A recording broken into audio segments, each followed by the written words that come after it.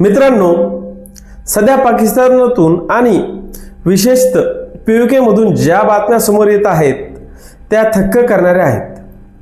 तिथली जनता थेट पाकिस्तान सरकार आणि त्यांच्या लष्कराविरोधात रस्त्यावर उतरली आहे. पण या आंदोलनामागे नेमकं मुख्य कारण काय आहे? तिथल्या लोकांना नेमकं काय हवंय?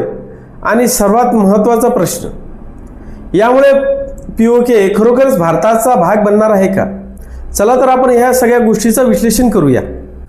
मित्रांनो, सध्या POK मधून अत्यंत खळबळजनक बातम्या आज समोर येत आहेत. तिथली स्थानिक जनता पाकिस्तान सरकारविरुद्ध थेट रस्त्यावर उतरली आहे. परिस्थिती इतकी बिघडली आहे की सरकारने तिथल्या एका मोठ्या नागरिक संघटनेवर थेट दहशतवादी म्हणून बंदी घातली आहे. पण या संपूर्ण आंदोलनामागे नेमकी काय कारण आहेत? काय खरोखर ही 1971 सारखी परिस्थिती आहे? आणि भारतीय संविधानानुसार या परिस्थितीचा भारतासाठी काय अर्थ होतो? सगळ्यात आधी हे समजून घेऊया की हा हिंसाचार आणि असंतोष, नाराजी अचानक का वाढली. जून 2026 मध्ये पाकिस्तान सरकारने जम्मू काश्मीर जॉईंट अवामी ॲक्शन कमिटी म्हणजेच JAAC या नागरिक हक्क संघटनेवर थेट दहशतवादी विरोधी कायद्याअंतर्गत बंदी घातली आणि त्यांच्या नेत्यांना अटक करायला सुरुवात केली. या बंदीनंतर आंदोलक आणि तिथल्या सुरक्षा दलामध्ये भीषण चकमकी झाल्या.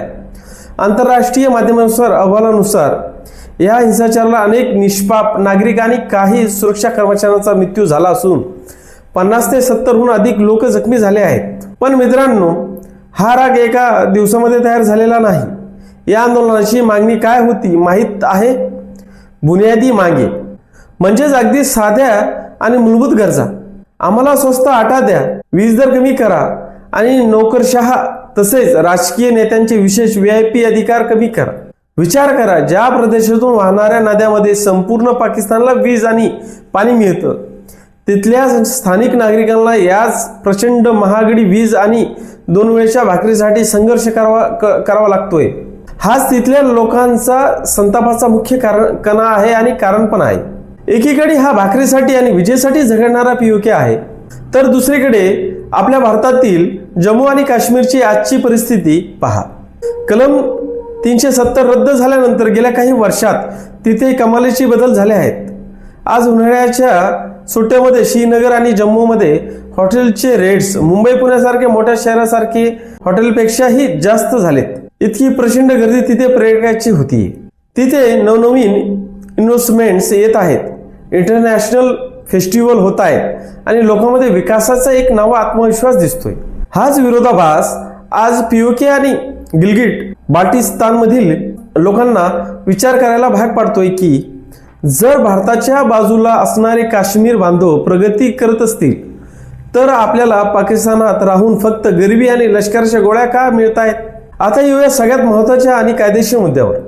अनेकांना वाटते की या आंदोलनामुळे POK थेट उद्याच भारतात सामील होईल. पण आंतरराष्ट्रीय राजकारण आणि कायदा इतका सरळ नसतो. भारताचा अधिकृत आणि कायदेशीर भूमिका अगदी स्पष्ट आहे. समोर जम्मू आणि काश्मीर हा भारताचा अविभाज्य भाग आहे. 1947 मध्ये महाराजा हरसिंग यांनी केलेल्या विलीकरणाच्या कारणानुसार आणि भारतीय संविधानाचे कलम 1 नुसार POK हा भारताचा भूभाग आहे, ज्यावर पाकिस्तानने बेकायदेशीर ताबा मिळवला आहे. अगदी 1994 मध्ये आपल्या संसदेने सर्वसंमतीने हाच ठराव मंजूर केला होता. पण प्रत्यक्ष नियंत्रण सध्या पाकिस्तानकडे असल्याने कोणताही सीमा बदल किंवा नकाशा बदल हा थेट एका रात्रीत होत नाही. त्यासाठी संयुक्त राष्ट्राचे ठराव, सिमला करारासारखे द्विपक्षीय करार किंवा आंतरराष्ट्रीय राजनैतिक प्रक्रिया कारणीभूत ठरतात.